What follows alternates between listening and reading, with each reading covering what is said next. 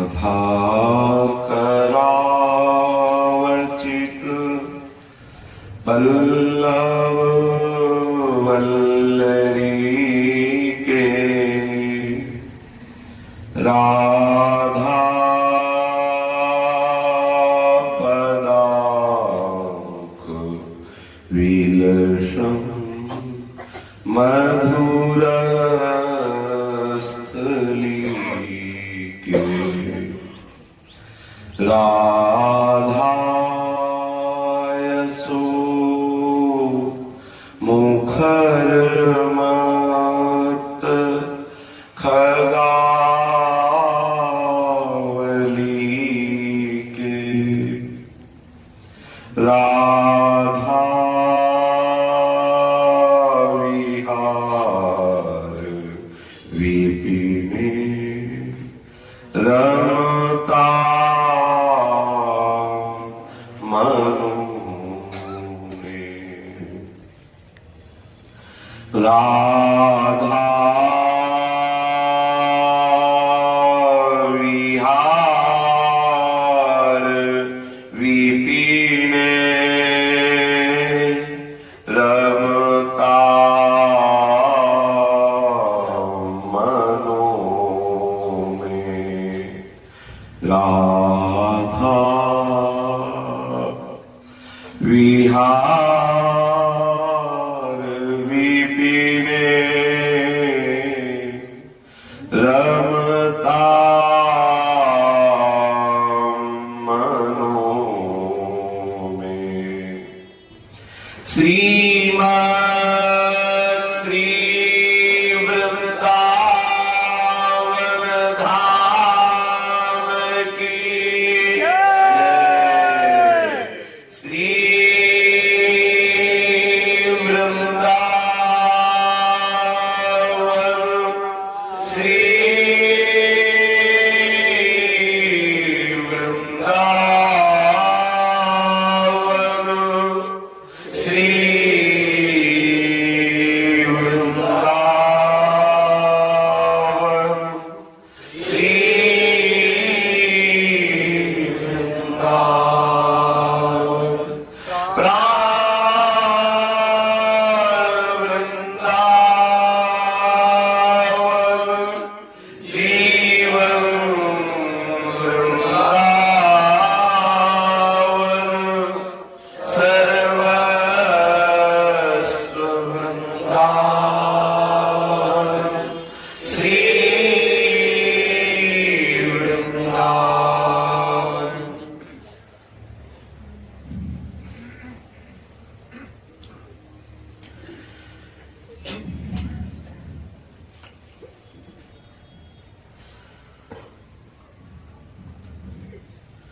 न लोक वेदोद्धृतमार्ग भेदैः राविष्य संक्लिश्यति देवि मूढा हठेन सर्व परिहृत्य वृंदा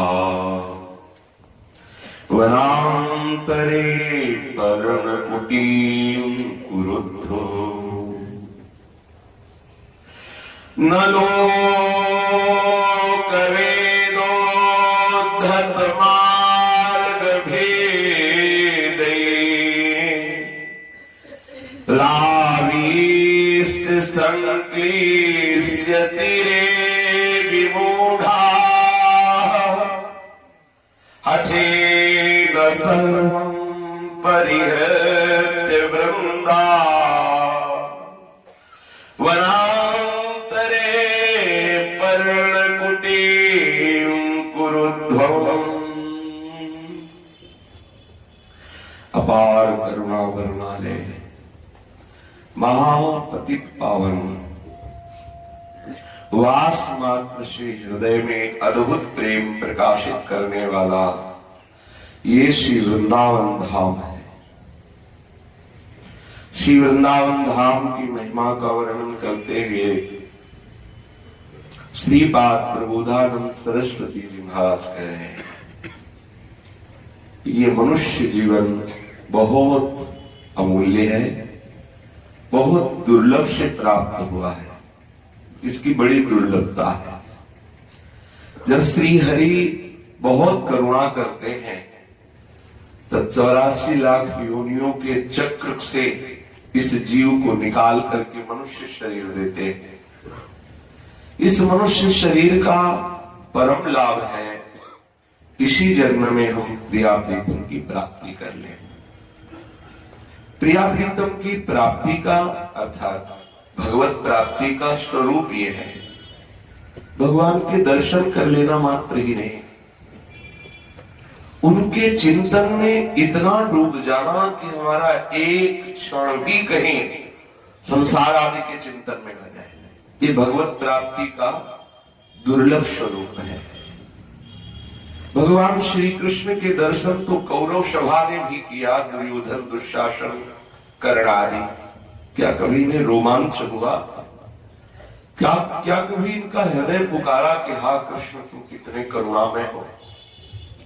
भगवान के सानिध्य में तो यदुवंशी भी रहे, लेकिन आप देखो परिणाम में मदिरा आदि पी करके कैसा कैसा वर्णन आता है पुराणों में।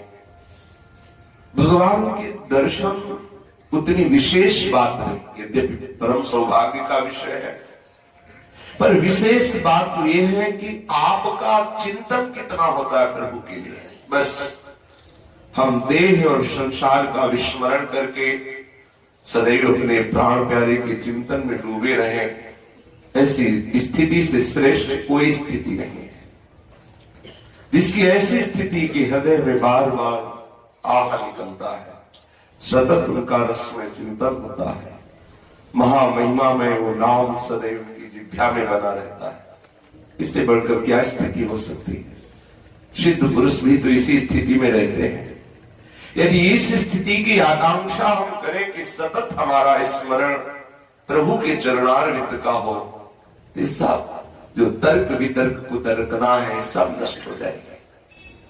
हमारा मनुष्य जीवन का कर्तव्य है सतत भगवत स्मरण करना, अव्यावृत भजना, अखंड स्मरण।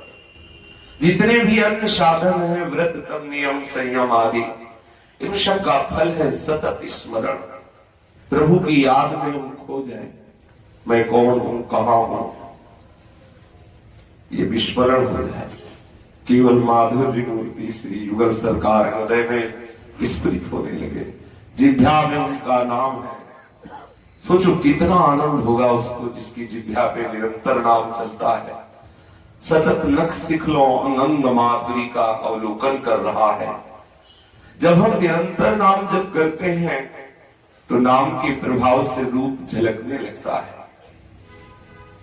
हट करके हम अपना पूर्ण पुरुषार्थ सतत स्मरण में लगाएं, और वो सतत स्मरण तभी संभव है जब हम ऐसी जगह रहे जहां हमारे प्रीतम ने विलास किया है, ऐसे लोगों का संग करें जो हमारे प्रीतम से संबंध रखते हैं, ऐसी वस्तु पहने जो प्रीतम की याद करावे, ऐसे दृश्य सदैव देखे तो प्रीतम की स्मृति कराए, हमारे प्रीतम की स्मृति में सहयोग मिले।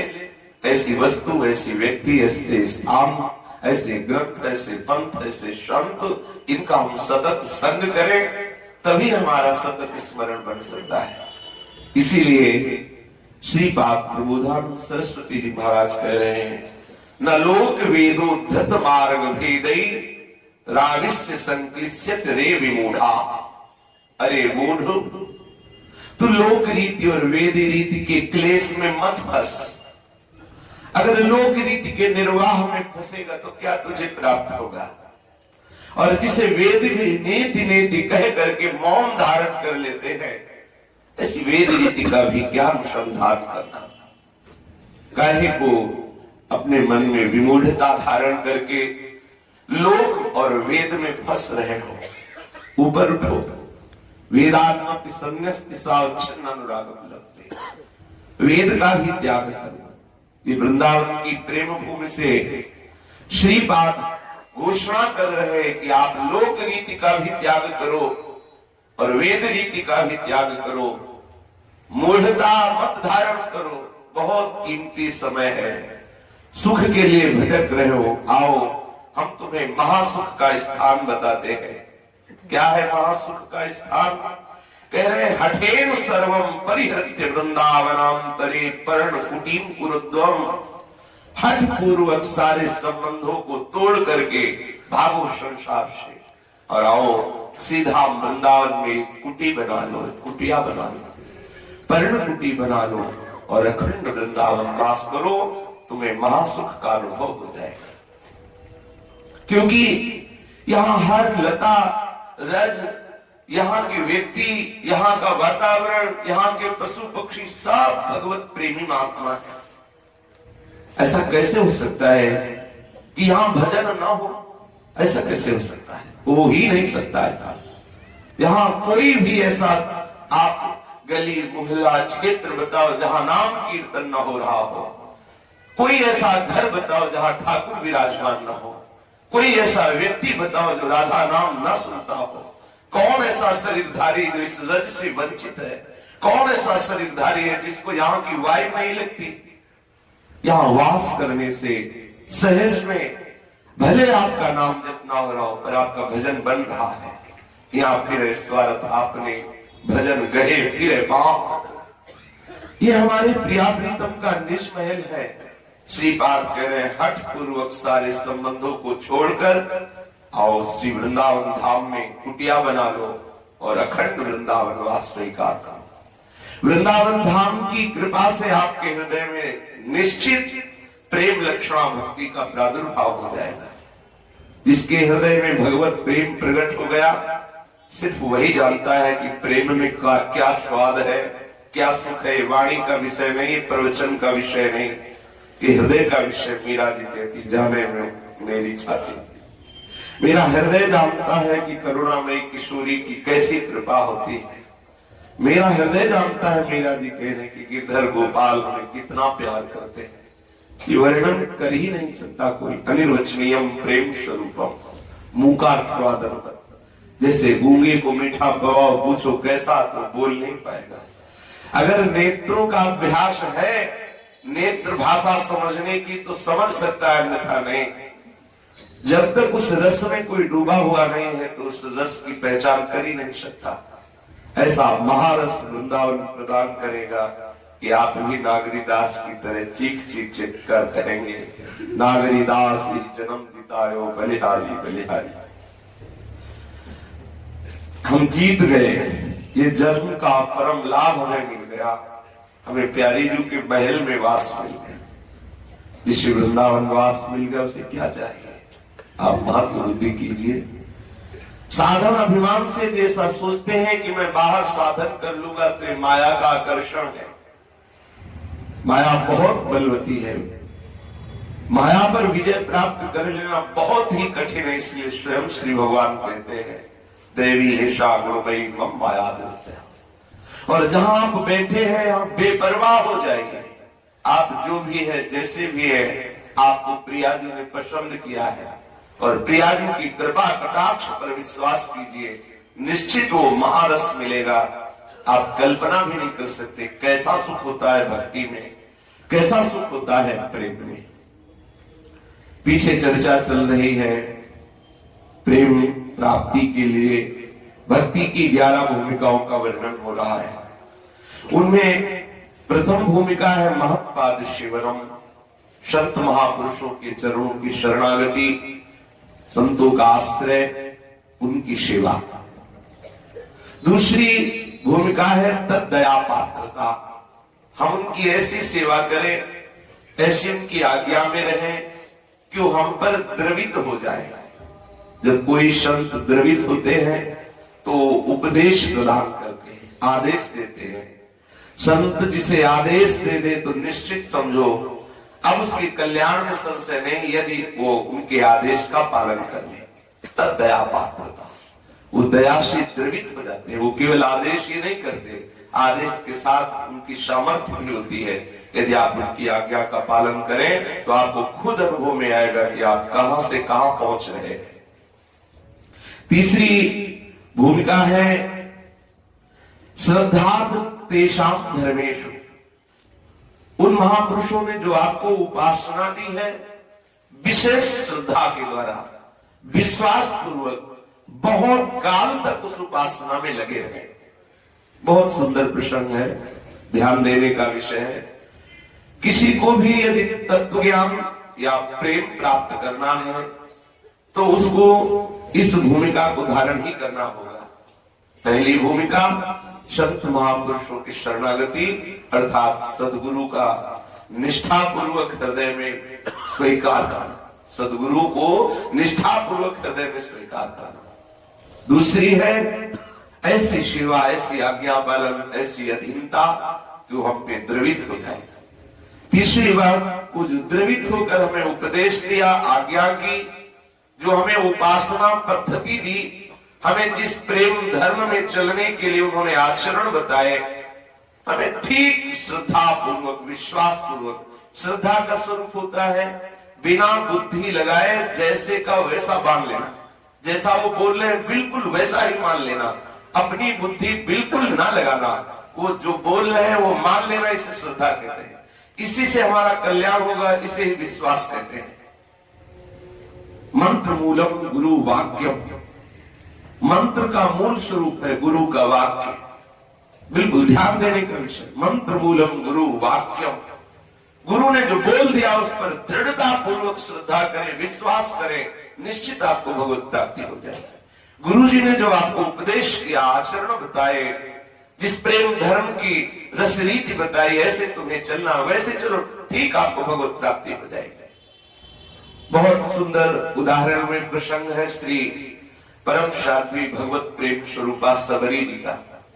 श्री सबरी जी अपने गुरु को किस तरह से मानती हैं, कैसी श्रद्धा है, कैसे गुरुदेव द्रवित होते हैं और कैसे निष्ठापूर्वक उनके बताए हुए उपदेश को जीवन भर आचरण किया। आप बोलो, गुरुदेव, प्रसंग अभी शुरू होगा, गुरुदेव ने कह दिया कि बेटा जैसे तू सेवा कर रही ना, ऐसे ही करते रहना, एक दिन भगवान श्री राम आएंगे। 1-2 वर्ष नहीं, शास्त्रों वर्ष सुबह से सबरी जी स्वयं तक केवल यही चिंतन करती। गुरुदेव ने कहा है राम जी आएंगे। 1-2 हजार वर्ष नहीं, 10,000 वर्ष व्यतीत हो गए, लेकिन सबरी जी को निराशा नहीं हुई। यह पूर्ण श्रद्धा, पूर्ण निष्ठा। अपने को तो लगेगा इतना समय हो गया, गुरु ने कहा था ये मंत्र जपो, ये वाणी पाठ करो, ऐसे सेवा करो, आपको भगवत प्राप्ति हो जाएगी। 6 महीना हुए अभी तो भगवत प्राप्ति हुई नहीं, तो उपासना बदल देनी चाहिए। इसे निष्ठा नहीं कहते, इसे श्रद्धा नहीं कहते। ये त्रेता युग की बात है। सबरी जी का जन्म भील, जैसे जंगलों में रहते हैं, कोल की रात आदि में एक भील जाति होती है, भील जाति में सबरी जी का जन्म हुआ। जन्म से ही इनमें कुछ विशेषता थी। जो भगवत कृपा पात्र जन होते हो, कहीं भी हो, वो सर्व पूजनीय होते हैं। तुलसी का वृक्ष चाहे घूर में जमे या चाहे गंगा के तट पर जमे, वो बराबर वैसे ही पूजनीय होता है। यद्यपि ये जातियां ऐसी होती हैं कि जो पवित्र आचरण करने वाले जन होते हैं, इनके छू करके स्नान करने की भावना करते हैं। अगर छू जाए तो कपड़े से स्नान करने का विधान, क्योंकि ये भक्षाभक्ष खाने वाले, पवित्र रहने वाले पशु के समान इनका जीवन होता है। ऐसे कुल में श्री सबरी जी का जन्म हुआ और बहुत काले शरीर के ऐसे होते हैं जिनका स्वभाव भी मलिन, जिनका रूप रंग भी मलिन होता है, आचरण भी मलिन होते हैं। बिल्कुल ठीक वैसे ही परिवार में जन्म लेने के कारण सबरी जी बाहर से तो कुरूप ही नजर आती थी। बाल्यावस्था से इनमें कुछ विशेषता थी। वो किसी भी दृश्य को देखती तो उसका चिंतन करती थी और उसके परिणाम पर विचार करती थी। ये उपासक का स्वरूप है। हर घटना, हर दृश्य वो विचार के द्वारा उसके परिणाम पे पहुंचता है। कारण पर दृष्टि और क्रिया पर विचार करके उसके परिणाम पर दृष्टि, ये उपासक का स्वरूप है। जो केवल क्रिया पर दृष्टि रखता है और बिना विचार करके उस क्रिया में युक्त हो जाता है, क्रिया में संलग्न हो जाता है, वो विषयी पुरुष होता है। जब सबरी जी की नवयौवन अवस्था आई तो उनके परिवार के लोगों ने ब्याह का स्वरूप रचा। सबरी जी का ब्याह तय हो गया। जिस दिन सबरी जी की लगन थी, ब्याह का समय था, तो सैकड़ों पशु मंगाए गए थे, जंगली पशु। क्योंकि जब इन कुल किरात आदि का कोई उत्सव होता है तो पशुओं का वध होकर मांस भक्षण आदि का ही उत्सव मनाते हैं। ये खान पान में कोई रबड़ी रसगुल्ला आदि थोड़ी पाते हैं, तो ये अभक्ष पदार्थों का भक्षण करना। सबरी जी हर दृश्य पर विचार करते हैं। पूछा कि ये जो बहुत से स्वर, नील गाय, हिरण आदि ये बंदी बनाए गए हैं, किस लिए?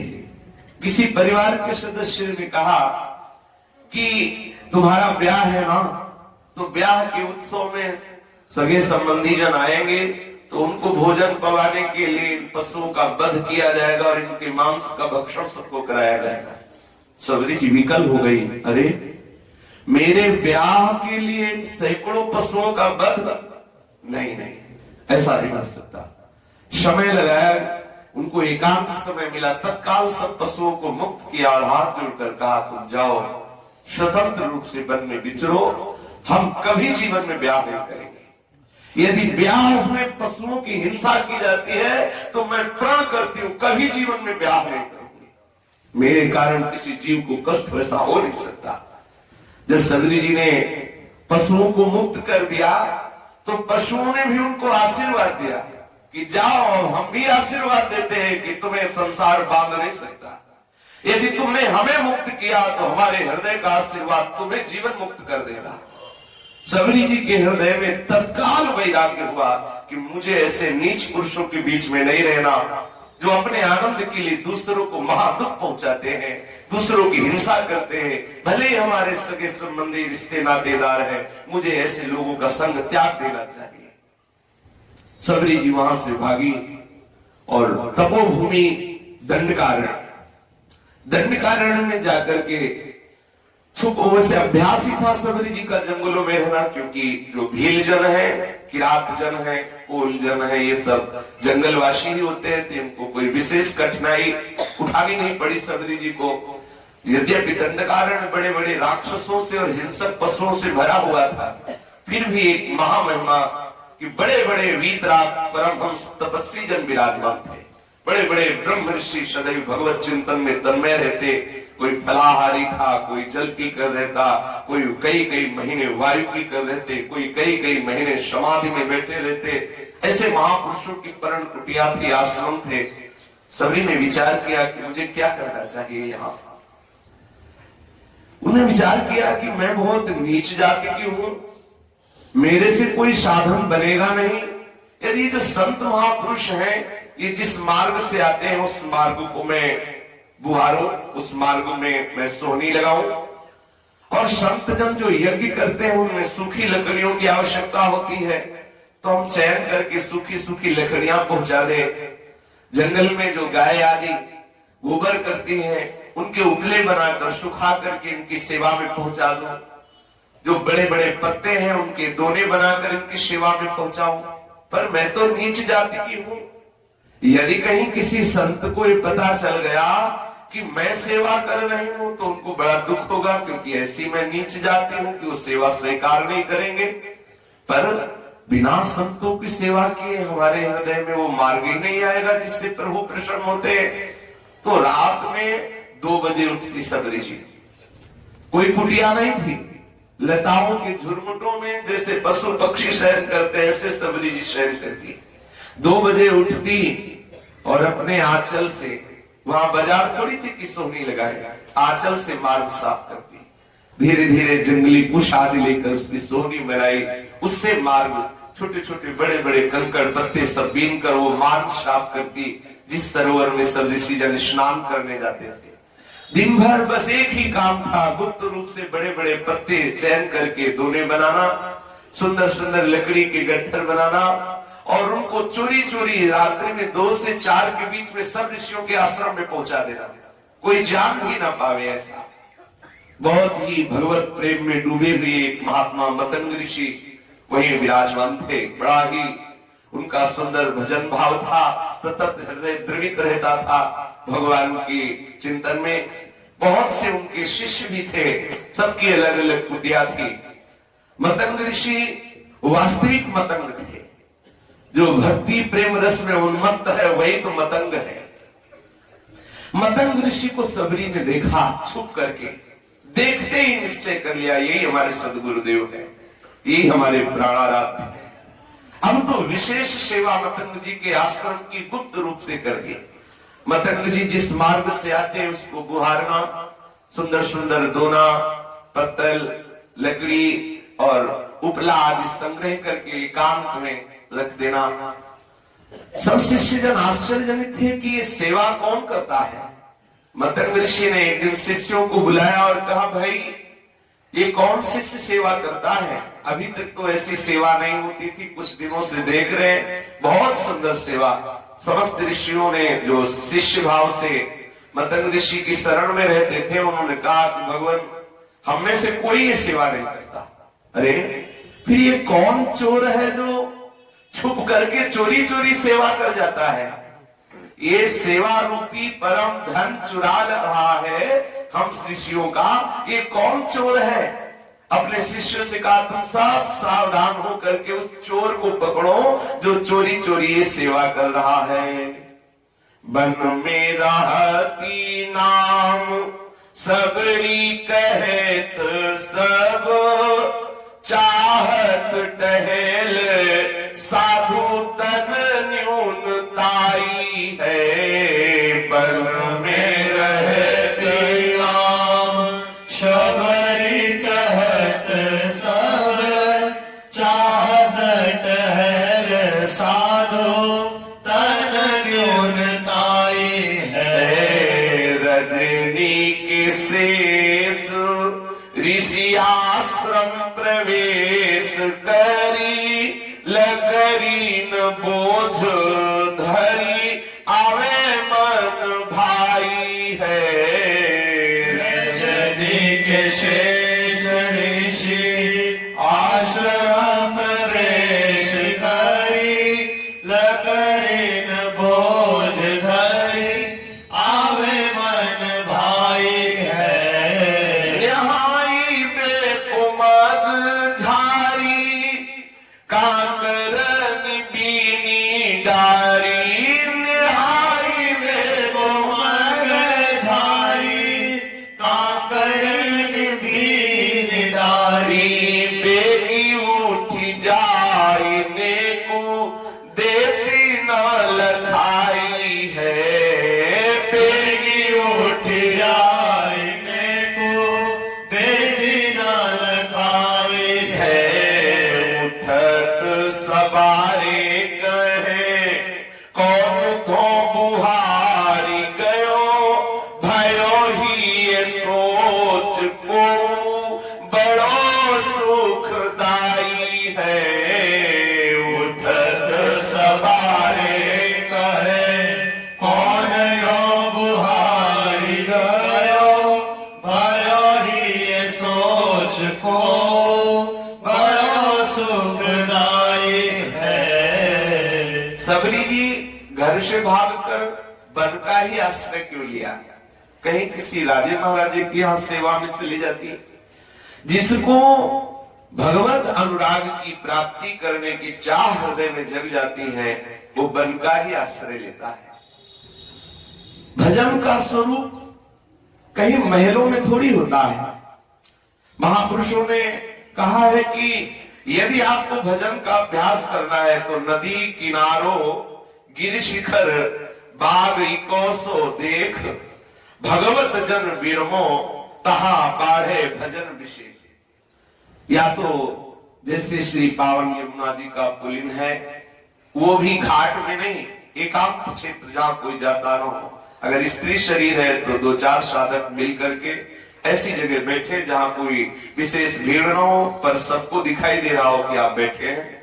और अगर पुरुष शरीर है तो कहीं भी एकांत में जाकर बैठे, नदी किनारे, गिरि शिखर, किसी पर्वत की गुफा में, या किसी एकांत पर्वत पर, या किसी बगीचे में, ऐसी लता के समीप जहां तुम्हें कोई देखे ना, तुम किसी को ना देखो, एकांत में, ऐसी जगह भजन बढ़ता है। नदी किनारे गिर शिखर बाग इकोसो देख, एकांत वन देख करके वहां बैठकर स्वाभाविक, क्योंकि वहां रजोगुणी पुरुषों का दर्शन नहीं होता, वहां सात्विक वातावरण होता है, तो सहज में भजन की स्फूर्ति होती है, वहीं सदैव भजन की वृत्ति बढ़ती है। इसलिए उपासक जन जो भगवत प्रीति प्राप्त करना चाहते हैं वो एकांत का सेवन करते हैं। बिना एकांत का सेवन किए भजन में ज्यादा वृद्धि नहीं हो सकती, क्योंकि हमारा स्वभाव रहा है संसार की प्रियता का। तो जहां लोगों से ज्यादा मिलेंगे जुलेंगे बात करेंगे तो रजोगुण पुनः बढ़ेगा और भजन में हानि हो जाएगी। भगवान ने श्री गीता जी में भी कहा, विविध देश सेवित को मरतिर जन संसद, जो जन संसदी से अरति करता है, अर्थात जहां भीड़ हो, जिसकी अरुचि हो, जहां कई लोग बैठे हो उनके बीच में बैठने की अरुचि हो, एकांत में जिसकी रुचि हो उसकी भजन की वृद्धि होती है। और बहुत ही एकांत दंड कारण है, जहां कोई महापुरुष ही प्रवेश कर सकता है, साधारण को तो राक्षस ही खा जाएंगे, बड़े ही जंगली ऐसे पशु भयानक हैं उसे मार के खा जाएंगे। वहां तो वही रह सकता है जो तप धनी है या जिसने प्रभु के लिए अपने प्राण में उछावर कर दिए हैं। एकांत वास से ही भजन की वृद्धि होती है। जो जितना अपने को प्रगट में भी एकांत रखता है उतना ही भजन बढ़ता है, पर वो एकांत साधु समागम से युक्त होना चाहिए। अगर साधु समागम नहीं तो एकांत विषय वृद्धि कर देगा। एकांत में भी आपका विषय चिंतन बढ़ेगा और बलवान मन आपसे वो एकांत में भी क्रियाएं करवाएगा, जिससे आप भ्रष्ट हो जाएंगे। एकांत हो और साधु समागम हो, संतों का सानिध्य हो, संतों का सानिध्य एकांत ही माना जाता है। विषयी पुरुषों से जन संसदी, जहां बहुत भीड़ भाड़ प्रपंच आदि की वार्ता हो, वहां से एकांत। इसलिए सबरी जी ने दंडकारण्य चुना था। समस्त ऋषियों ने देखा कि रोज मार्ग दुहर जाता है, रोज जो है ये लकड़ी, ये उपला, ये दोना पत्तल, देखो कौन चोर है जो हमारे आश्रम में नहीं रहता, हमसे कुछ लेता भी नहीं पर ऐसी सुंदर सेवा करता है। बड़ा हृदय भर गया मतंग ऋषि का कि मुझे उसके दर्शन होने चाहिए, पर ऐसा न कह के उन्होंने कड़क भाव से, कठोर भाव से कहा, मुझे उस चोर को पकड़ के दिखाओ जो हमारी सेवा को चुरा लेता है। जो दूसरों से सेवा करवा के सुखी होना चाहता है उसका तप छील हो जाता है, उसका भजन नष्ट हो जाता है। जो भगवत प्रेमी महात्मा जन है उनकी जीवनी पढ़ के देखो, सदैव वो अपने शरीर की स्वयं सेवा करते और दूसरों की सेवा करने का उत्साह रखते। जो दूसरों से सेवा कर, या तो शरीर रोगी हो या समर्थ हो, तब तो भगवान जानते हैं, इसलिए क्षमा ही है। पर अगर स्वस्थ शरीर हो तो किसी से एक गिलास पानी लेने की भी इच्छा नहीं रखनी चाहिए। अगर आप किसी से सेवा करवाएंगे तो आपका भजन रूपी धन चुरा जाएगा। जो अपने भजन से प्रेम रस में निमग्न होकर सबको सुख पहुंचाना चाहता है उसे सुसुख वांछा का त्याग कर देना चाहिए। जासो सबको सुख लहे सोई हरि को दास, जो काहू सो सुख लेत है सो न दास रैदास। रैदास भक्त जी कहते हैं जो सबको सुख पहुंचाने वाला होता है, सबको सुख देने की भावना रखता है वो हरि का दास है। जो किसी से भी सुख लेने का चाव रखता है वो हरि का दास नहीं हो सकता। जहां तन से मन से वचन से देत सब ही जो सुख, तुलसी पातक मिटत है देखत तिनको मुख।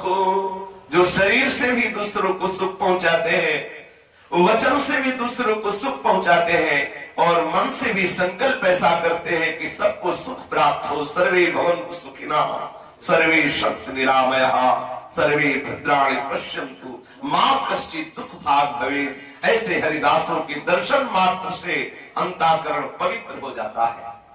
मतंग ऋषि ऐसे ही महापुरुष थे, किसी से सेवा स्वीकार नहीं करते थे। यद्यपि बहुत से शिष्य थे पर किसी से सेवा स्वीकार नहीं करते थे।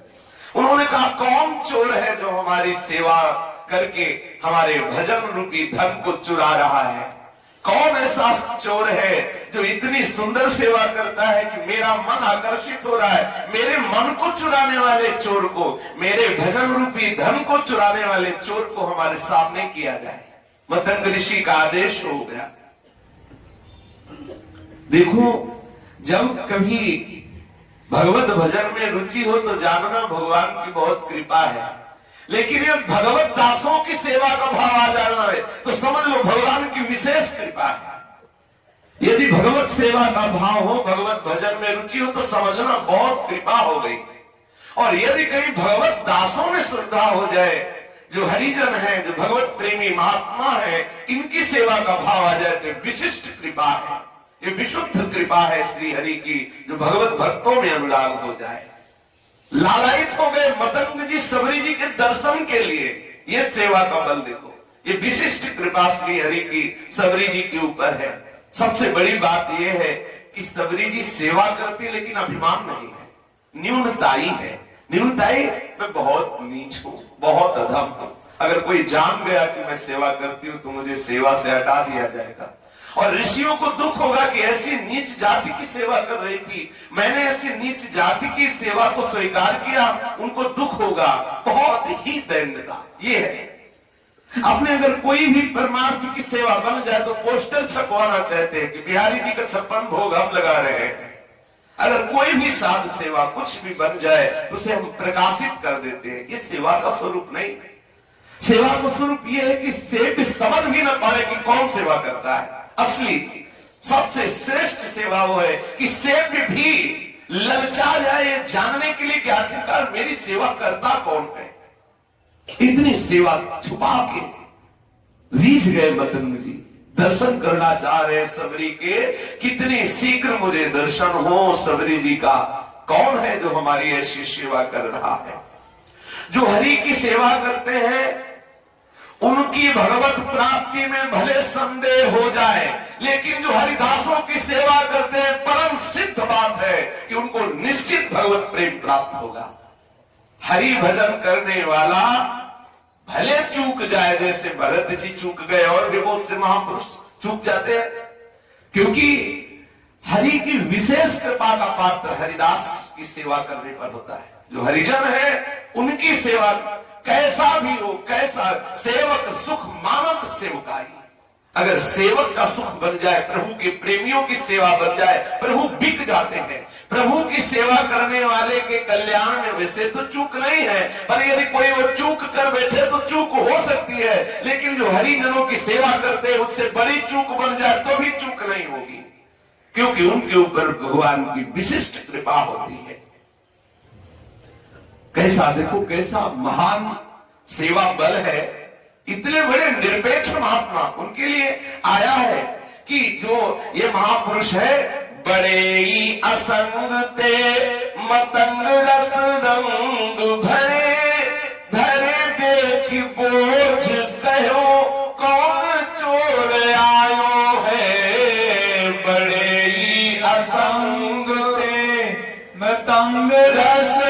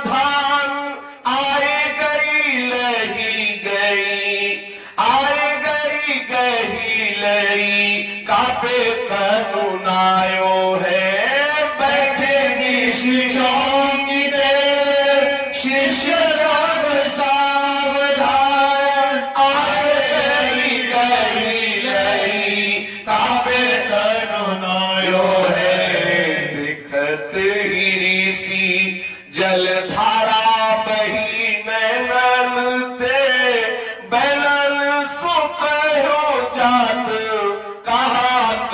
छुपायो है, देखत ही ऋषि जल धारा बही नैनन थे, बैगन सो करो जात कहाँ पर छुपायो है। बड़े ही असंग, देखो कितने निरपेक्ष महापुरुष के भी हृदय में सेवा बल ने ऐसा द्रवित कर दिया कि लालसा हुई कि मैं उसके दर्शन करूं। कौन ऐसी? बड़े ही असंग निरपेक्ष मापदंड कारण में रहते हैं, तो इनको किनकी आकांक्षा है? परम उदासीन महापुरुष है, भगवत रस में डूबे हुए हैं। बोले मतंग रस रंग भरे, भगवत प्रेम रस रंग में भरे हुए, बड़े ही उन्मत्त है भगवत प्रेम में, बड़े ही निरपेक्ष महापुरुष है। देखा उपला दोना पत्तल लकड़ी सब यथोचित रखे हुए। कौन है ऐसा चोर जो हमारे भजन की चोरी कर रहा, सेवा की चोरी कर रहा, हमारे मन की भी चोरी कर रहा है? मतंग ऋषि ने आदेश किया समस्त शिष्यों से कि जो चोरी कर रहा है नित्य और कोई पकड़ नहीं पा रहा, रात दिन जागो और उसको पकड़ो और हमारे सामने लाओ, हम उससे मिलना चाहते। कौन ऐसा चोर है? अब रात दिन की चौकी लग गई, देखे कौन कहा क्या कर रहा है, कैसे सेवा कर रहा है। सब शिष्य सावधान होकर के अब देखा 2 बजे से ही सबरी जी की सेवा प्रारंभ हो जाती है। दोना पत्तल अलग अलग ऋषियों के आश्रमों में पहुंचाना, विशेषकर मतंग ऋषि के आश्रम में पहुंचाना, सोहनी लगाना। शिष्यों ने देखा कि एक युवती इतने भाव से और बहुत झिझकी हुई, कोई देख तो नहीं रहा, बहुत दैन्यता से सेवा कर रही है। ऋषियों के शिष्य जाकर घेर लिए और कहा कि चलो तुम सेवा की चोरी करते हो, ब्रह्म ऋषि मतंग ऋषि ने तुम्हें बुलाया, चलो। अब तो सबरी के मानो प्राण निकल गए। हाय, ये ऋषि जन आज से हमारी सेवा स्वीकार नहीं करेंगे, क्योंकि मैं बहुत नीच जाति की हूं। अब तो मैं पकड़ी गई, बड़ा दुर्भाग्य प्रकट हो गया कि आज से हमारी सेवा छिन जाएगी। सबरी जी बहुत विकल है, हाथ में सोहनी है, बगल में दोना पत्तल का बंडल है और ग्रीवा झुकी हुई है और शरीर बहुत दुबला पतला है, क्योंकि कंदमूल फल से ही जीवन निर्वाह हो रहा है। त्वचा एकदम काली है, क्योंकि जंगल में निवास कर रहे कोई पर्णकुटी आदि थोड़ी है, कहीं भी लता के नीचे चुपचाप शयन करते, कितना थोड़ा वो भगवत चिंतन करते हुए शेष 2 बजे से उनकी सेवा प्रारंभ है। शिष्य जन लाए मतंग ऋषि के सामने। ओहो, मतंग ऋषि ने देखा कि सबरी जी के नेत्र अश्रु से युक्त है, क्योंकि सबरी जी को बड़ी घबराहट हो गई, आज से सेवा छूट जाएगी। कितना प्रेम ये है, प्रभु कैसे रीझते। ये देखो, ये नहीं कि मुझे कोई दंड दिया है, इस बात का भय है कि सेवा छूट जाएगी और ऋषियों को दुख पहुंचेगा कि अभी तक मैं नीच सेवा करती रही। मतंग ऋषि ने जो भी सबरी को देखा, वो कृष्ण शरीर पूर्ण वैराग्य दिखाई दे रहा है, उनके श्री अंगों में आंखों से अश्रु चल रहे हैं। सबरी जी की हिम्मत नहीं पड़ रही कि मतंग जी को देख सके, क्योंकि इतनी मैं नीच हूं कि कैसे इनको देखूं सामने से। मतंग ऋषि ने सबरी को देखते ही बहुत ही आनंद का अनुभव हुआ, अश्रु प्रवाहित हो गए और बेटा कह के संबोधित किया, बेटा तुम क्यों संकुचित हो रही हो। तब सबरी जी के हृदय में सामर्थ्य आई, मतंग ऋषि की तरफ देखा, मानो कोई मनचाही वस्तु मिल गई हो, मानो जैसे कोई बहुत बड़ी निधि मिल गई हो। जब सबरी जी को प्रेम भरे वचन सुनाई दिए मतंग ऋषि के, तो बस समझ गई कि हमारा त्याग नहीं करेंगे। एक ही विशेष भय था कि त्याग ने सबरी जी को जेही कहा, बेटा तुम क्यों संकुचित हो रही हो। ओहो, आनंद आ गया कि जब बेटा कह दिया, अपना बच्चा मान लिया, तो मुझे त्यागेंगे नहीं। आनंद भरे नेत्रों से सबरी जी ने मतंग ऋषि की तरफ देखा और मतंग ऋषि को ऐसा लगा मानो कोई मैंने बहुत बड़ी निधि प्राप्त कर ली। दोनों को, शिष्य को लगा मानो मुझे बहुत बड़ी निधि गुरुदेव मिल गए, और गुरुदेव को लगा ऐसी दैन्यता से सेवा करने वाला ऐसा मुझे शिष्य मिला। उनका हृदय आह्लादित हो गया। दया पात्रता, वो महापुरुष हम पर दया कर रीझ गए। श्री मतंग ऋषि सबरी के उस सेवा भाव से श्री सबरी जी के प्रति मतंग ऋषि का ऐसा भाव हुआ जैसे मेरा बच्चा हो। बस कोई महापुरुष अपना स्वीकार कर ले, ये मेरा बच्चा है, ये मेरा अपना है। ऐसा जिसके हृदय में भाव आ गया, सब कुछ बन गया। सबरी ने दृष्टि मिलाई मतंग जी की दृष्टि में, बस समझ गए ये तो बहुत करुणा कर रहे हैं। ऐसे पत्तल दोला पटक के साष्टांग चरणों में लेट गई। सबरी जी मतंग जी के चरणों में गिर पड़ी, मानो संपूर्ण बल, संपूर्ण सुख, संपूर्ण आश्रय प्राप्त हो गया हो। एक अनाश्रित को इतने बड़े महापुरुष का आश्रय, आंखों से अश्रु चल रहे, रोम रोम पुलकित है और सुंदर उनके चरणों का स्पर्श करके सबरी जी पड़ी हुई है। बस मतंग ऋषि महाआनंद से युक्त हो गए, सबरी जी को हृदय से लगा लिया। अगर कोई ये देखे जाति पक्ष से, तो ऐसी सबरी जी जाति में पैदा हुई है कि ऐसे महापुरुष है ये, और ये ऐसे नीच कुल में कि अगर इसकी छाया भी छू जाए तो स्नान करना पड़े। देखो सबरी जी को कितना प्यार कर रहे मतंग ऋषि। भक्तिवंत अति नीचौ प्राणी, मोहि प्राण प्रिय असमम बानी। भक्तिहीनो बिरंची किन होई, सब जीवहु सब प्रिय मोहि सोई।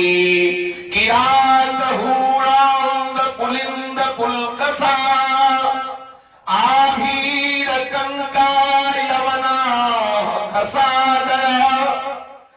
एमेत पापाय पाश्रयाश्रया, शुद्ध्यन्ति तस्मै प्रभु विष्णवे नमः।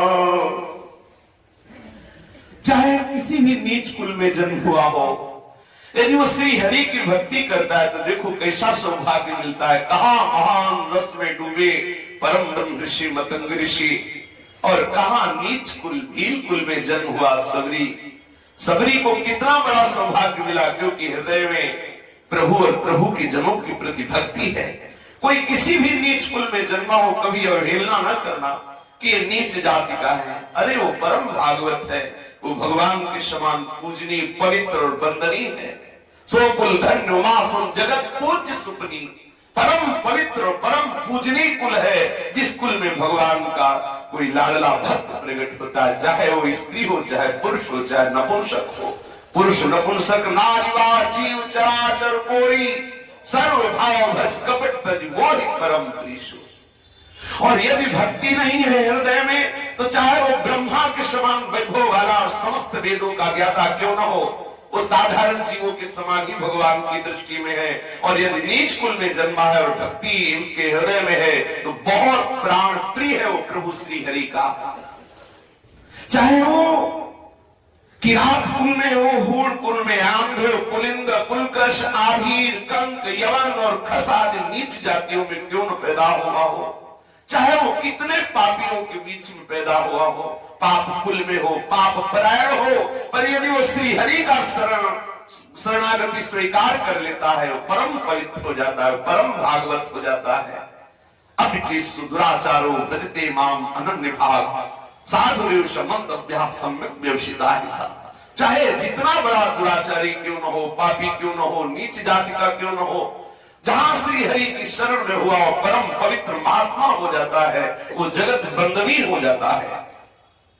भक्ति अब सही बस करी, भक्ति अब सही बस करी, जब तप तीरथ दान व्रत जोग यज्ञ आचार, जब तप तीरथ दान व्रत जोग यज्ञ आचार, भगवत भक्ति अनन्य बीनु जीव भ्रमत संसार,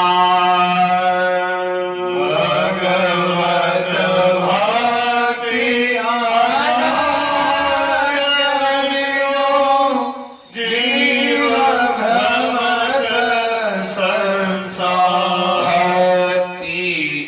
अवसही बस करी भक्ति अवसही बस करी। जो अजित है, जिन्हें आज तक कोई जीत नहीं पाया, भक्त उन अजित को अपने अधीन कर लेते हैं भक्ति के द्वारा। आम भक्त पराधीन स्वयं स्वीकार करते हैं परम स्वतंत्र प्रभु कि मैं स्वतंत्र हूं सारे जगत के लिए, पर परतंत्र हूं अपने भक्तों से।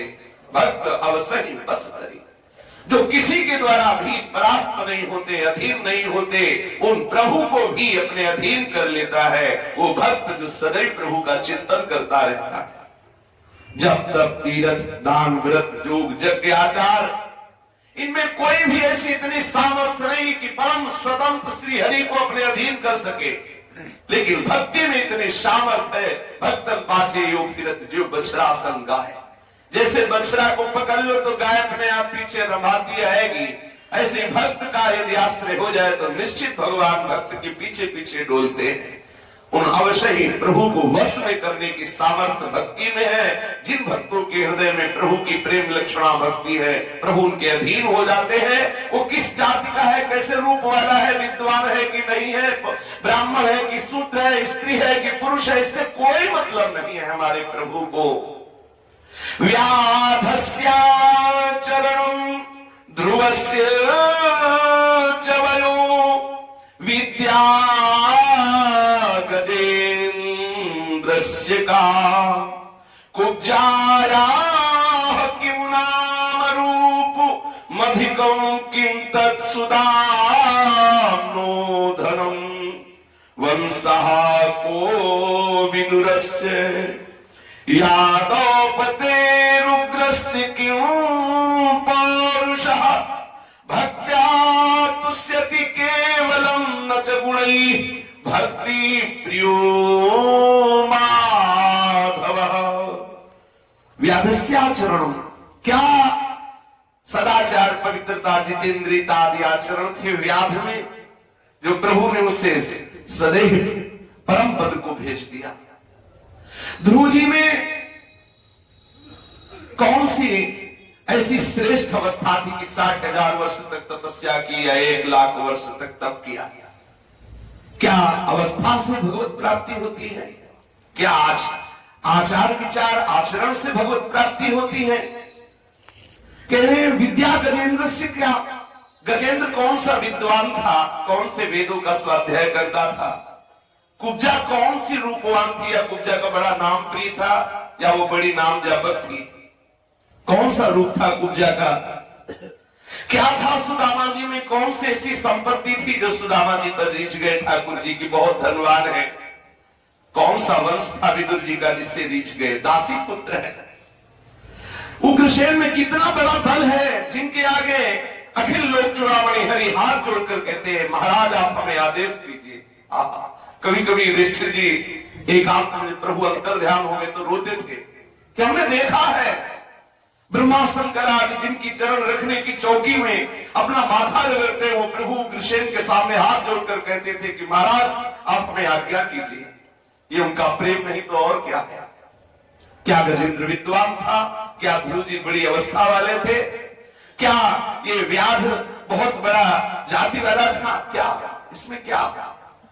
प्रभु केवल रीझते हैं तो भक्ति से रीझते हैं। बस एक बात समझनी है कि प्रभु रीझते हैं तो भक्त्या तुष्यति केवलम न च गुणैः भक्ति प्रियो माधवा। प्रभु किसी गुण से, अवस्था से, जाति से, धन संपत्ति से, रूप से, इससे रीझते नहीं, केवल भक्ति प्रियो माधवा।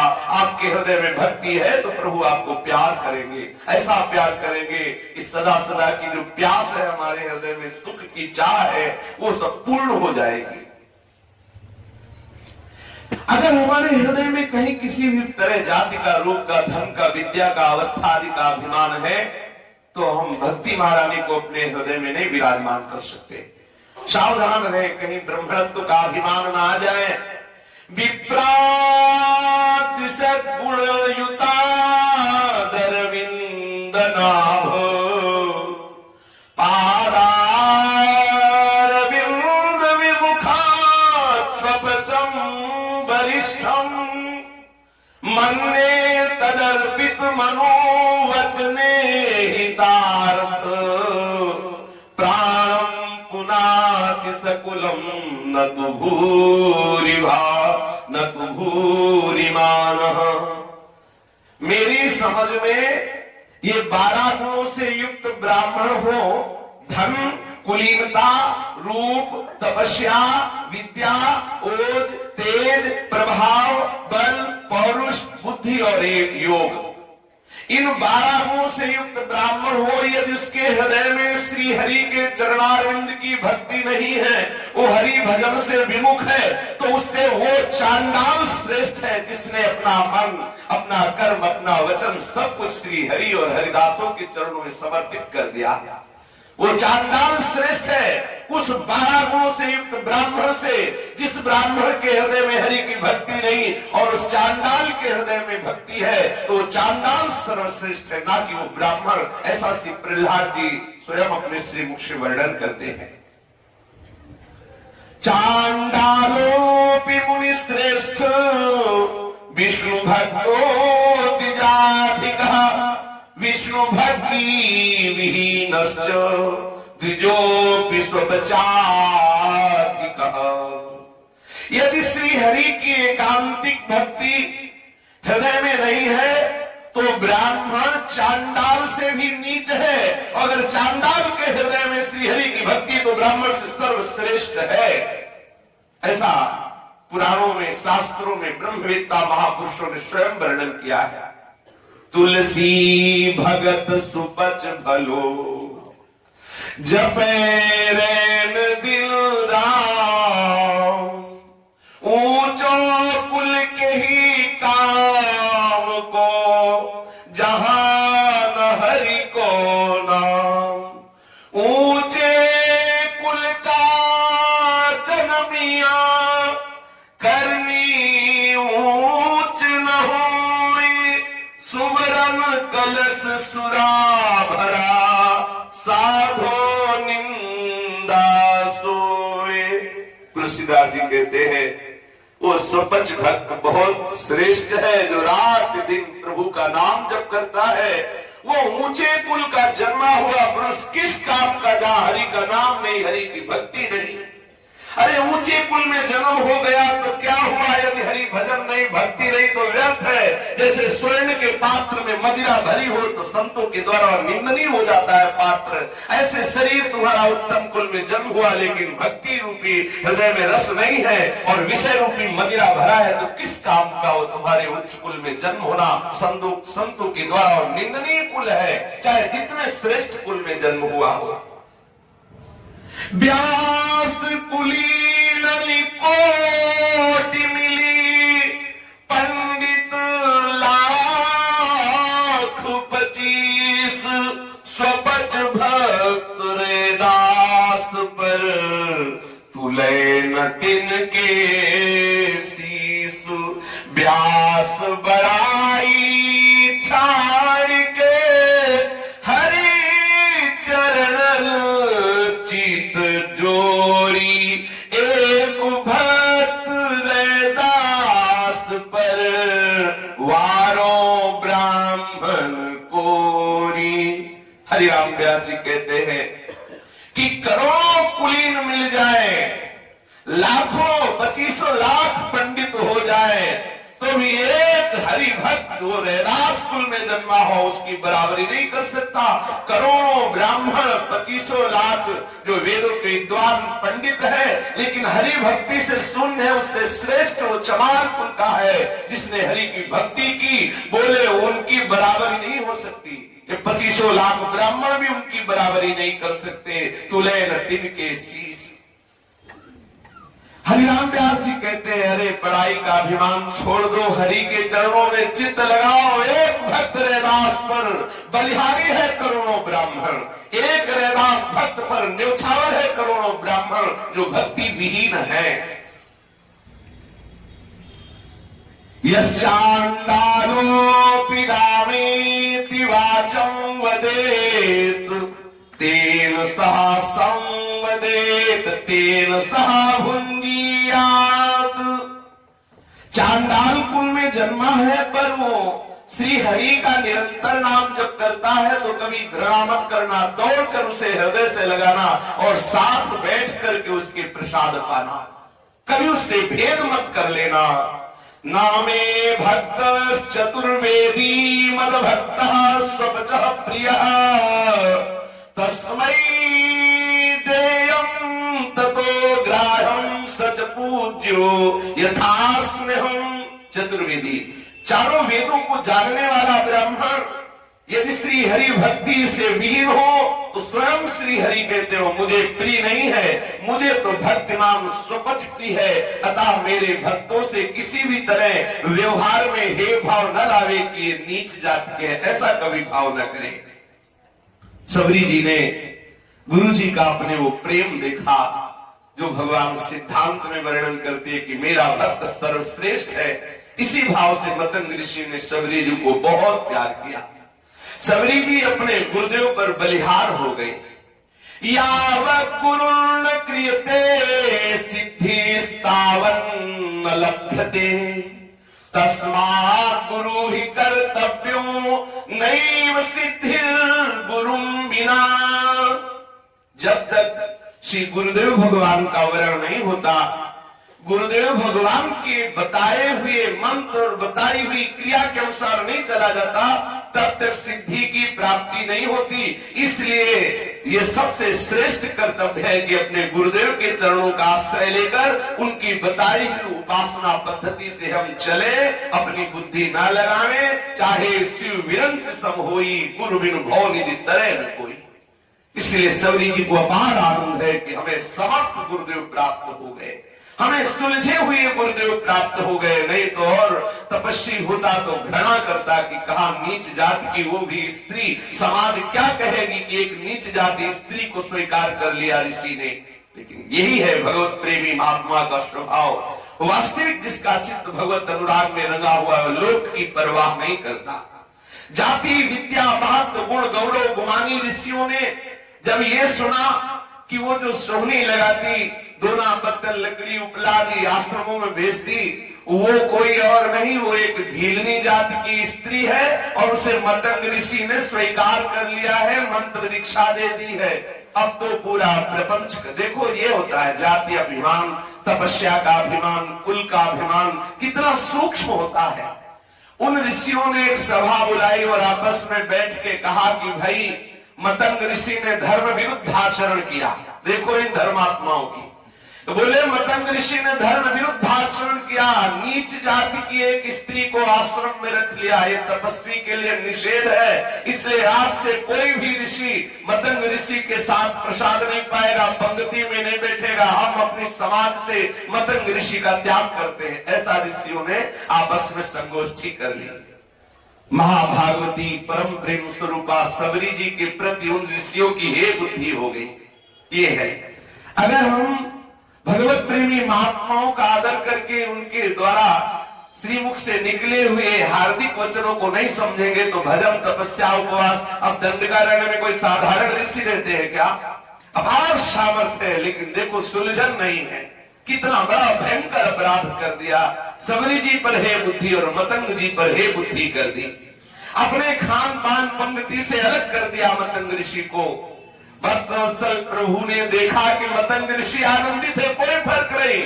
ये देखो प्रभु ही सब लीला बिहारी है। प्रभु ने देखा इतना होने पर भी मतंग ऋषि को कोई क्लेश नहीं है। मतंग जी ने दीन सबरी को आश्रय दिया, सब प्रकार से अपनाया। सब प्रकार से अपनाने का तात्पर्य एक सुंदर कुटिया आश्रम में बनवाई। सबरी जी से कहा आप लुका छिपी का खेल बंद करो, खुल्लम खुल्ला इस आश्रम में रहो और तुम खूब सेवा करो।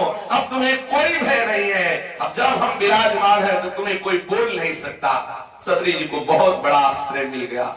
सुंदर मंत्र की दीक्षा दी, सबरी जी को आश्रम में वास मिला, ऋषियों की प्रसादी पाने को मिलती, गुरुदेव के श्री चरणों की सेवा का सौभाग्य मिलता। सबरी जी का हृदय आनंद से फूल गया।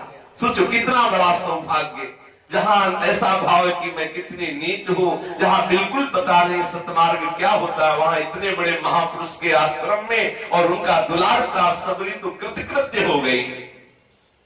उसी समय जब सब ऋषियों ने मतंग जी को अपनी पंक्ति से अलग कर दिया। मतंग जी के हृदय में कोई क्षोभ नहीं कि मैंने कुछ गलत नहीं किया। उसी समय आकाशवाणी हुई कि हे ऋषि, हम आपके इस भाव पर बहुत प्रसन्न हुए। आपने हमारी परम भक्ता सबरी को स्वीकार किया, आपने सबरी को आश्रम में रखा, तो मैं हम अब यहां तुम्हें रहने की जरूरत नहीं, अब मैं अपने धाम में अपने पास तुम्हें रखूंगा। उसी समय आकाशवाणी हुई कि हे मतंग ऋषि, आपने हमारी दीन सबरी को स्वीकार किया, अपने आश्रम में रखा, अब तुमको दंडकारण्य में रहने की जरूरत नहीं, अब मैं अपने साकेत धाम तुम्हें बुला रहा हूं। और उसी समय देखा कि सुंदर विमान आया है। भगवान श्री हरि के पार्षद हाथ पकड़कर मतंग ऋषि को विमान पर विराजमान किया। सबरी जी के तो मानो प्राण निकल गए कि ऋषि जन तो विरोध करते हैं, गुरुदेव का दुलार मिला, वो भी गुरुदेव जा रहे हैं। सबरी जी अश्रु प्रवाहित करती हुई शरीर से कांप रही, क्योंकि कृष्ण शरीर हाथ जोड़कर कहा, गुरुदेव आपके सिवा हमारा कोई नहीं है और आप भी परम धाम जा रहे हो गुरुदेव, हम कैसे जिएंगे, कैसे रहेंगे। आनंदित होकर मतंग ऋषि ने कहा कि बेटा, भगवान की प्रसन्नता हुई है तो हम भगवत धाम जा रहे हैं, लेकिन मेरा आशीर्वाद है स्वयं, ये मेरा आशीर्वाद है, तू धैर्य धारण कर, जैसे सेवा कर रही वैसे करते रहना, मैं तो भगवान के धाम में जाके दर्शन करूंगा और भगवान तुम्हारे आगे यहां दर्शन करेंगे। ऐसा मतंग ऋषि ने आशीर्वाद दिया सबरी को कि तू चिंता मत कर, स्वयं सच्चिदानंद भगवान श्री राम यहाँ आएंगे और तुम्हें दर्शन देंगे, तुम्हारे दर्शन करेंगे। सबरी जी का हृदय गुरु प्रेम से विकल हो गया। सबरी जी हृदय में आनंदित भी है कि गुरु के वचन है कि भगवत प्राप्ति होगी, भगवत दर्शन होगा, और गुरु का वियोग हो रहा है, इसलिए विकलता भी है, अति आनंद और अति विकलता। गुरु को वियोग ही दारुण शोक दियो, जियो नहीं जात तऊ राम आशा लागी है। गुरु को वियोग लिए दारुण शोक दियो, जियो नहीं जात तऊ राम आशा लागी है। न्याय बेको बाट निसी जाति ही पुहारी सब, भैयों अबार ऋषि देखी व्यथा मागी है।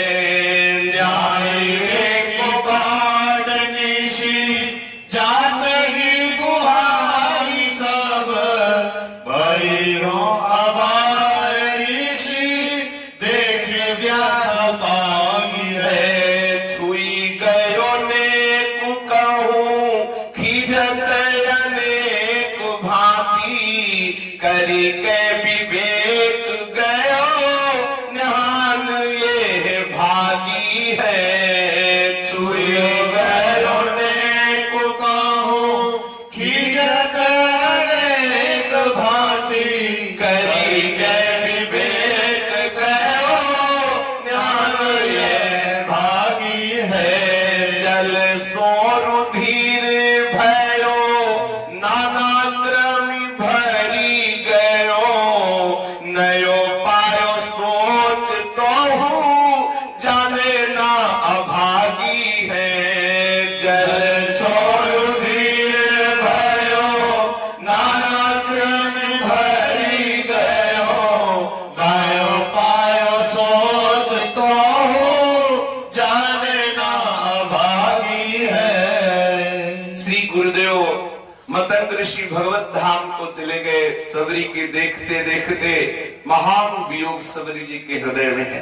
अगर ये वचन न निकलते गुरुदेव के कि भगवान श्री हरि स्वयं आके तुम्हें दर्शन देंगे, यहाँ प्रभु स्वयं आएंगे, तो सबरी के उसी क्षण प्राण निकल जाते। पर सबरी अगर जी रही तो केवल एक ही आशा से कि हमारे गुरुदेव ने कहा है प्रभु आएंगे, तो निश्चित प्रभु आएंगे। गुरुदेव के चिंतन में डूब गए। जब नित्य नियम का समय आया तो इतनी शिथिलता थी कि सुधि नहीं हुई कि मुझे सेवा में जाना है, क्योंकि एक तो गुरुदेव का वियोग और एक ये कि प्रभु स्वयं आएंगे, मुझे दर्शन देंगे। कभी आनंद की उमगन है तो कभी वियोग की जलन है। ऐसे सबरी को सुध न रही और विलंब हो गया। जो नित्य सोहनी लगाने जाती थी, पर विचार किया कि गुरुदेव ने आज्ञा की थी तुम ठीक ऐसी ही सेवा करते रहना, मेरे ना होने पर भी ऐसा ना हो कि जो हमने उपासना बताई, सेवा बताई, उसे छोड़ दो। ऐसा नहीं, भागी की गुरु आज्ञा का उल्लंघन हो जाएगा, सेवा छूट जाएगी। यद्यपि समय हो गया था, वो सबसे पहले इसलिए सेवा करती थी कि कोई ऋषि देख न ले, कोई ऋषि छू न जाए, कहीं किसी ऋषि को कष्ट ना हो। अब मुनियों के स्नान मार्ग की जो बुहारी लगाती थी, सबरी जी भाव में डूबी हुई बुहारी लगा रही थी। देखो इतने बड़े दंडकारण्य के ऋषि हैं, पर श्री प्रियादास जी उन्हें अभागी कह रहे हैं। अभागी बोले जल सो रिधुर भयो नाना क्रम भर गयो, नयो पायो सोच तो हूँ जाने ना अभागी है। अभागी कह के संबोधन किया। बड़ा अभाग्य है उनका जो अपने तप अभिमान में दीन भगवान की प्रेमी भक्तों से द्रोह करते हैं। सबरी जी तो प्रभु और गुरुदेव के चिंतन में मगन है, सोहनी लगा रही। अचानक वो ऋषि निकले तो थोड़ा सोहनी से जो आगे कंकड़ आदि थे उन ऋषि के पैर में छू गए। सबरी तो कांप गई कि अरे अपराध बन गया, किसी ऋषि को मुझ नीच की सोहनी छू गई। मार्ग सकरा था। जब ऋषि ने रुद्र दृष्टि से सबरी की तरफ देखा और डांटने फटकार, तुझे दिखाई नहीं देता, नीच कहीं की, देखो हमारे पैर में ये तेरी सोहनी छू गई, ये कंकड़ छू गया। और बहुत सबरी तो वैसे ही दुखी थी, गुरुदेव के वियोग में विकल होकर भागी, एकांत कुटिया में जाकर रोने लगी। प्रभु हे गुरुदेव, आपने मुझे स्वीकार किया, मैं तो नीच हूं ही, देखो ऋषियों को मेरे से दुख पहुंच गया। प्रभु बस विकल है सबरी। और इधर ये बड़े अपने को विवेकवान समझते, बुद्धिमान समझते, सोचा ये भीलनी छू गई, सबरी छू गई, नीच जाति की है, अब क्या करे। बोले चलो दोबारा स्नान करते हैं चल के सरोवर में। अब जब ये सरोवर में गए, जो ही सरोवर को स्पर्श किया तो समस्त सरोवर का जल रक्त हो गया और उसमें छोटे छोटे कीड़े दिखाई देने लगे। ऋषि को बड़ा आश्चर्य हुआ कि ये क्या। तो विचार किया, देखो उल्टी बुद्धि, विचार किया कि इतनी नीच सबरी है कि उसके छू जाने के बाद जब हमने जल छुआ तो ये कीड़ा युक्त और रक्त युक्त हो गया। बहुत नीच है सबरी। जब उल्टी बुद्धि हो जाती है तो हर विषय उल्टा ही हो जाता है। यद्यपि भयंकर अपराध बन गया ऋषि से, एक महाभागवत देवी का ऐसा अपराध कि वो स्पर्श मात्र से ऋषियों के सेवन में आने वाला पवित्र जल भी रक्त स्वरूप हो गया, उसमें कीड़े रेंगने लगे। अब उनको इस बात का पता नहीं कि मैंने अपराध किया है। भीलनी से छू गया, हाय कितनी अपवित्र है, जाकर स्नान करूं शुद्धि हो जाए, कितना बड़ा भयंकर अपराध है। अरे ऐसे परम भागवत के स्पर्श करने से जो फल प्राप्त होगा, जो पवित्रता प्राप्त होगी, वो सारे तीर्थों में स्नान करने से नहीं होगी। जासो सपरस चाहिए तासो अपरस नीत, जासो अपरस चाहिए तासो चिबुको चित, तासो चिबुको चित भई विपरीत बुद्धि असल बसल आचार कनक कामिनी रांचे सब, भगवत रसिक अनन्य करे स्पर्धा तासो, पतित हो गिरि परे परम पद हूँ सो जासो। भगवत रसिक जी कहते हैं कि ऐसे तप अभिमानी, भजन अभिमानी, जात अभिमानी, कुल अभिमानी जन होते हैं, अरे जिनके चरणों में चित्त लगाना चाहिए, जिनका स्पर्श प्राप्त करना चाहिए, उनसे तो अपरस कर रहे हैं। जिनसे अपरस में रहना चाहिए, शरीर के अभिमान में, शरीर के जो भोग सामग्रियां हैं, जो विषय सामग्रियां हैं, उनमें तो हमारा सदैव चित्त लगा रहता है और उसमें हम नहीं सोचते कि इनसे बचना चाहिए। शरीर अभिमान, पाप कर्म, व्यभिचार आदि जो गंदे आचरण करने वाले लोग या गंदे आचरण, इनसे बचना चाहिए। भगवत प्रेमी महात्माओं से अपरस, देखो कैसी विपरीत बुद्धि हो जाती है कि भगवत प्रेमी महात्माओं से अपरस मानते हैं और जिनसे अपरस मानना चाहिए वहां अपरस बने रहते हैं। भगवत रसिक जी करते हैं कि ऐसे जो भाव रखने वाले हैं, वो चाहे परम पद में क्यों न विराजमान हो, निश्चित उनको गिरना पड़ेगा, निश्चित उनका पतन हो जाएगा। भागी बुद्धि कुसंगते कर्म करे सह गर्व, मिथ्या फलता को मिले सहसा नासे सर्व, सहसा नासे सर्व दोष तब तूझे ही देही कर निंदा अपराध तून सिर पर धर लेही मलते साबुन धोए रहे यूं अंध अभागी जिनते मिलते ईस ताहि निदरत दुर्भागी। कैसी विपरीत बुद्धि हो गई और हम उस विपरीत बुद्धि को अनुकूल मान लिया और कि अभिमान करने लगे, मैं ऐसा साधन परायण हूं, मैं ऐसा कुलवान हूं, मैं ऐसा तपस्वी हूं। क्या मिलेगा इस अभिमान से? तुम्हारा सर्वनाश हो जाएगा। मिलना जुलना कुछ नहीं, जो कुछ भी सुकृत हुई है सहसा नाश है सर्व दोष तब तुझे देही। सारे सुकृत सारी शांति आपके हृदय की नष्ट हो जाएगी। और जब ऐसी विपरीत बुद्धि हो जाती है तो जब क्लेश होता है तो समझता है कि जिन संत से मिले ना उन्हीं के कारण हमें और क्लेश हो रहा है। ये नहीं समझ रहा है जो मैं दोष बुद्धि कर रहा हूं, उन पे अपराध कर रहा हूं, इसी के कारण। जैसे अभागी ये तपस्वी समझ रहे सबरी जी अगर स्पर्श ना करती तो ये जो सरोवर का जल है ये रक्त या कीड़ा न। कैसी विपरीत बुद्धि बदलती जाती है। अरे शरीर को खूब साबुन लगा लगा के भूल रहे हो, लेकिन जिनके अंतःकरण में प्रिया प्रीतम विराजमान है उनके स्पर्श करने में तुम अपने को पंडिताई से हीन मानोगे। अपनी पंडिताई को समझोगे कि हम अपवित्र हो गए, अब हमें नहाना चाहिए क्योंकि अमुक जाति का भक्त है। जिनते मिलते ईश ताहि तो निदरत दुर्भागी। अरे जिनके स्पर्श से संभाषण से प्रभु रीछ जाते हैं, ऐसे भक्तों से तुमने अपरस किया, बड़े दुर्भागी हो।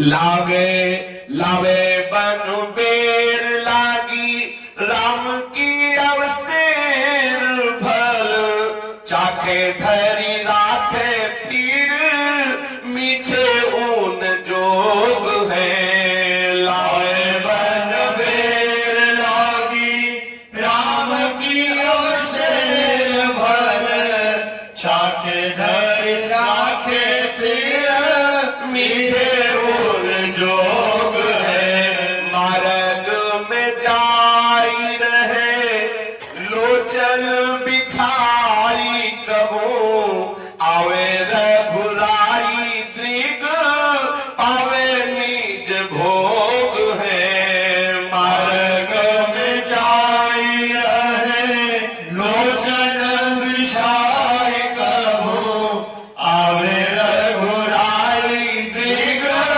पावे निज भोग है।